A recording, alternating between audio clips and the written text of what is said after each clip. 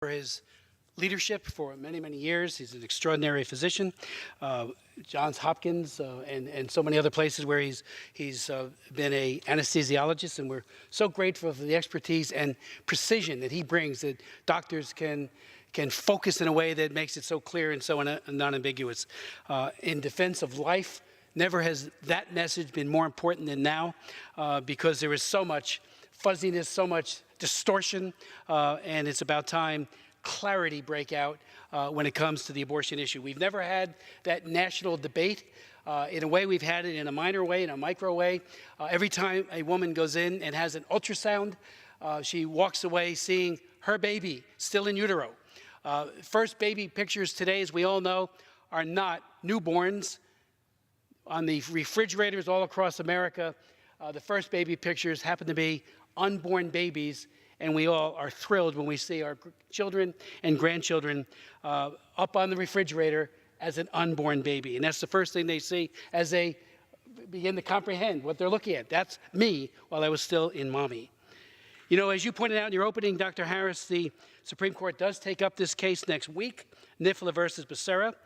The California law that requires medically licensed pregnancy centers to advertise for the abortion industry by putting up notices telling clients where to get free and low-cost abortions is an egregious violation of the First Amendment free speech clause. The government should not compel, should not coerce an organization or organizations and the people behind it to facilitate the dismemberment and chemical poisoning of unborn children, which is exactly what abortion is. The sophistry of choice cloaks the deed, and the deed is all about taking that child apart through dismemberment or through a chemical poison. You spoke earlier, Dr. Harris, about ultrasounds. Well, we know that when abortionists do many types of abortions, they use an ultrasound. Ultrasound-guided abortions make it easier for them to dismember the child. And it was Abby Johnson who ran a clinic, was director of a clinic in Texas for about 8 years, for Planned Parenthood clinic, quit when she finally saw on that screen an ultrasound-guided abortion, and was repelled and repulsed by how that child was being killed by a so-called physician. She was repulsed. She became a very strong pro-lifer since then. Let me say one thing about pregnancy care centers.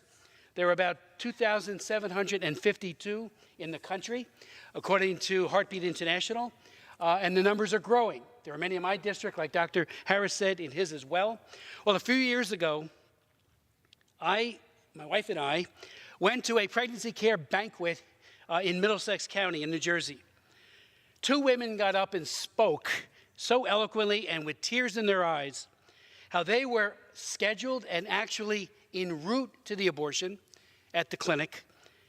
And there were these compassionate women, selfless women, who said, please reconsider. Please take a look at the alternatives. We'll help you. Both of those women turned around 2 different times and went back and had their babies. With tears in their eyes, 2 young girls got up a little later, and at first we thought they were just going to talk about how committed they were to life. They talked about school and sports and boys. But at the end of their talk, they looked at the director of the Pregnancy Care Center and her volunteers and thanked them for being there outside that abortion clinic that day, the day that their moms were scheduled to abort them. Mr. Speaker, in an amicus brief submitted by ahead of the NIFLA versus Becerra oral arguments, 13 women told their stories of the care and the hope that they received from pregnancy care centers. And here briefly is Angela's story. Angela grew up in a very difficult household and turned to drugs when she was 14 years old. Angela continued to wrestle with addiction, and at 31 discovered she was pregnant. Although she made an appointment for an abortion, she decided to keep the baby because of her addiction and the circumstances of her pregnancy. She felt she could not turn to her family for support. So she found a pregnancy care center. This one was in New York. At her first appointment, staff showed Angela her baby through an ultrasound.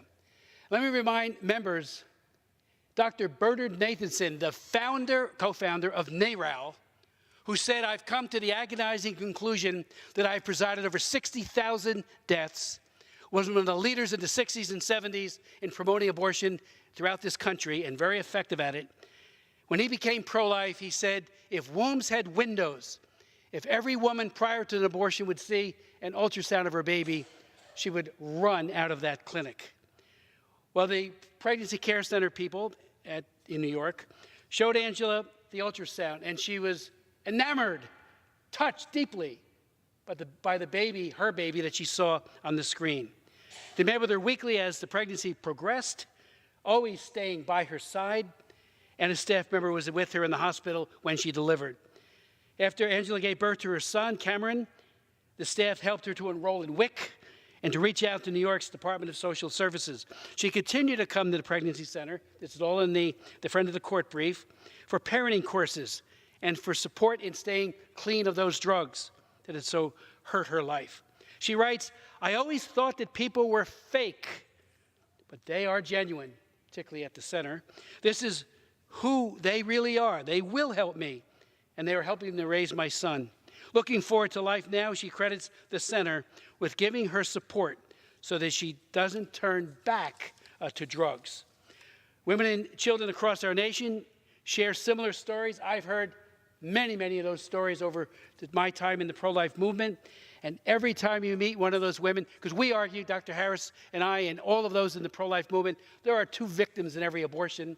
The obvious, the dead child who was dismembered or chemically poisoned, and the mother. And pregnancy care centers are all about life affirmation, loving them both.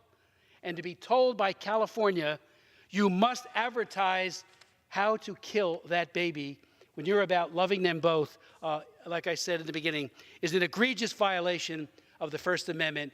And I do believe, and I know Dr. Harris and others on our side of this issue believe, that the Supreme Court will see that as such and render that law moot.